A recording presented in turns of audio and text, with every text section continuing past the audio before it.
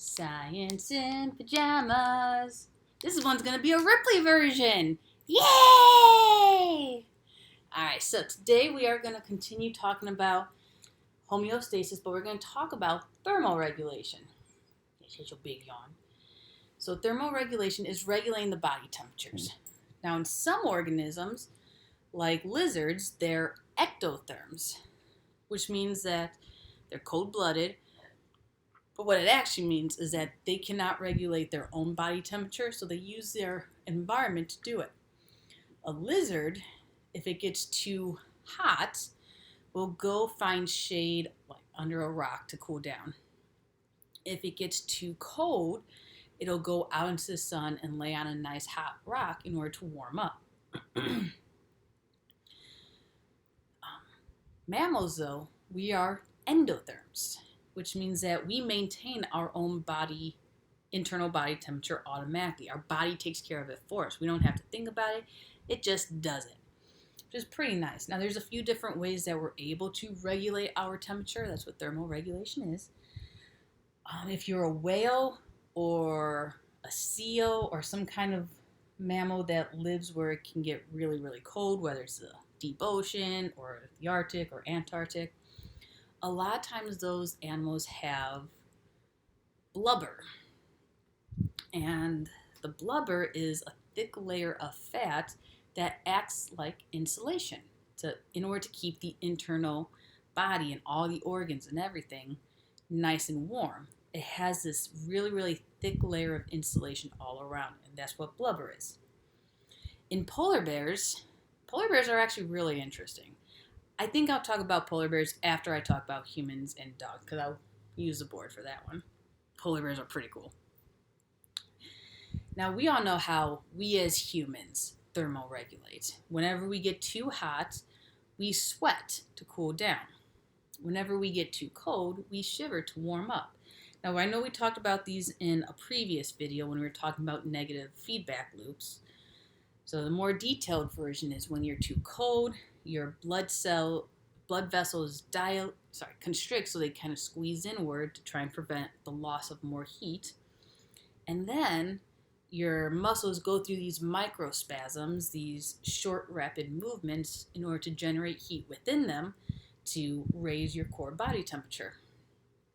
When you're too hot, your blood vessels dilate, so they expand, and you'll start to sweat. Now, the blood vessels expanding brings the heat of the blood to the surface of your skin. The sweat covers your skin in a thin layer of liquid, and the heat from the environment evaporates it off. Now, when it evaporates it, it will actually pull the heat out of your body with it. It's that evaporation that actually takes care of that. But what about dogs? What about them? How do they do it? Especially this little guy here, Ripley. Come on, Ripley. Your time to shine. Look at how fluffy he is. He's such a fluffy boy. Yes. So he's my little fluffy baby. No, don't lay down. We're going to use you as my example here. So he's my fluffy baby. And how he thermoregulates is slightly different than how we do, even though we're both mammals. Now, when he's cold, he'll do the same thing we do. He will shiver. Thankfully, with his thick fur, he doesn't shiver all that much, do you? But now it's summer, and he's, not as thrilled about the temperature. Most people like to say that dogs don't sweat, which is mostly true.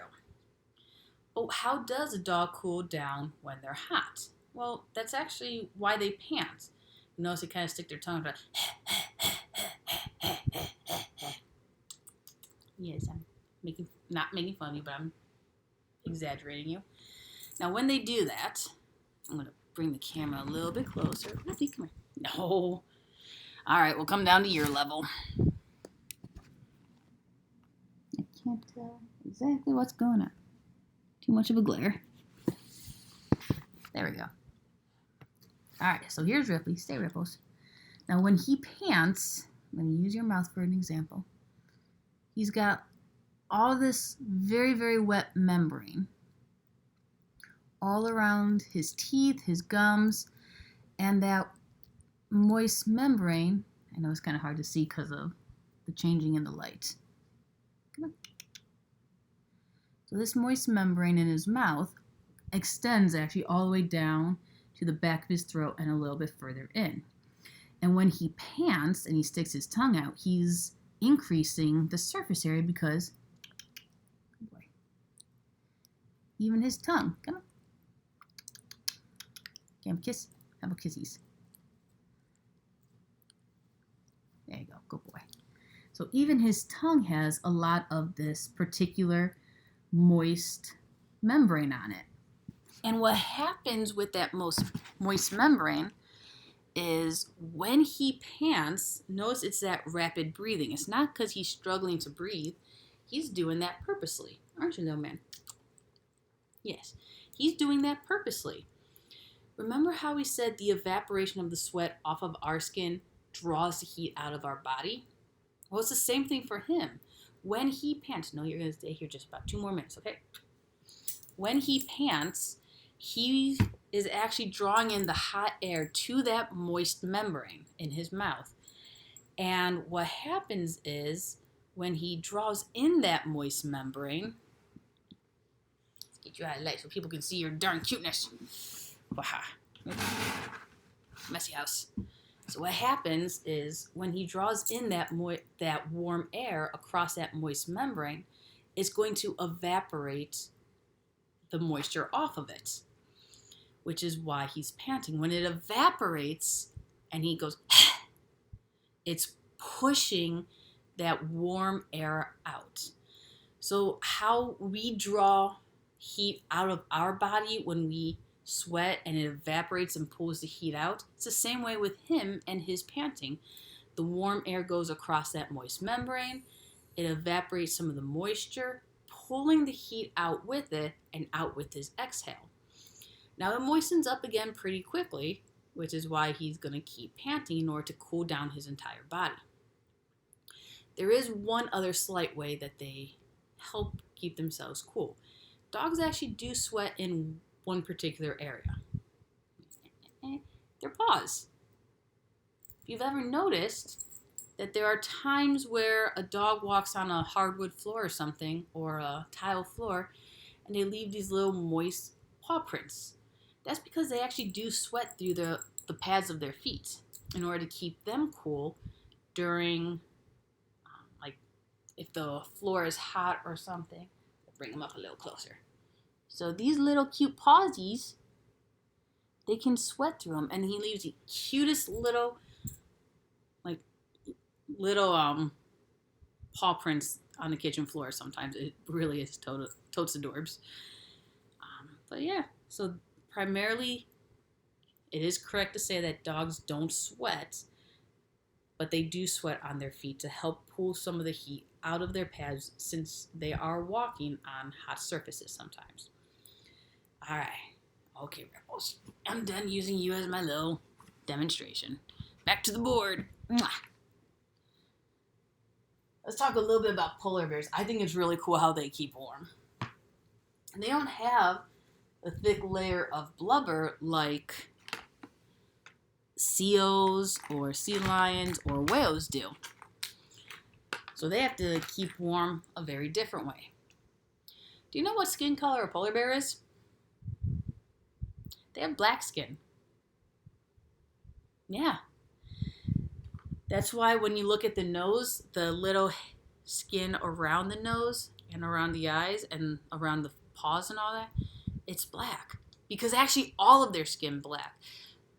If you were to shave a polar bear, I'm not recommending it, but if you were to do it, it would be a black skinned bear. The reason why they look white is because of the fur. The fur itself is actually not white. The fur itself is clear. So imagine this is the skin of the polar bear. So that's the skin. The hair that comes off the fur is actually hollow like a needle would be.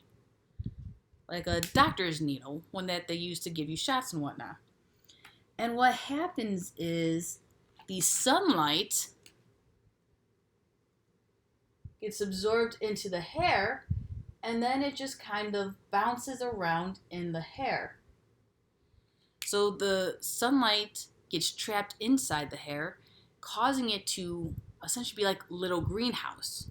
Now this bear is covered with millions of hairs, so it's got a million little tiny greenhouses surrounding its body, which is why it stays warm. And since it has the trapped light, the visible light in the visible light spectrum, white light is all of the colors combined.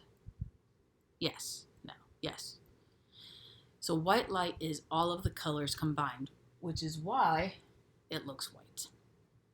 Because it's actually reflecting, when it eventually comes back out, it reflects all the light, and we see white in place. So it's a black-skinned bear that appears white because it has hollow, clear hair that traps the light, bounces around, and reflects it back. It's kind of cool. Like I said, it's just one of those things I'm like, seriously, that's awesome. I know. I'm a geek and a nerd and a dork, but that's why you guys love me. All right. So that's it for thermoregulation. Hope you found it interesting. Ripley wasn't too happy about it, but it's okay. He's cute. All right, you guys. Take care. Stay awesome. And I'll talk to you next time.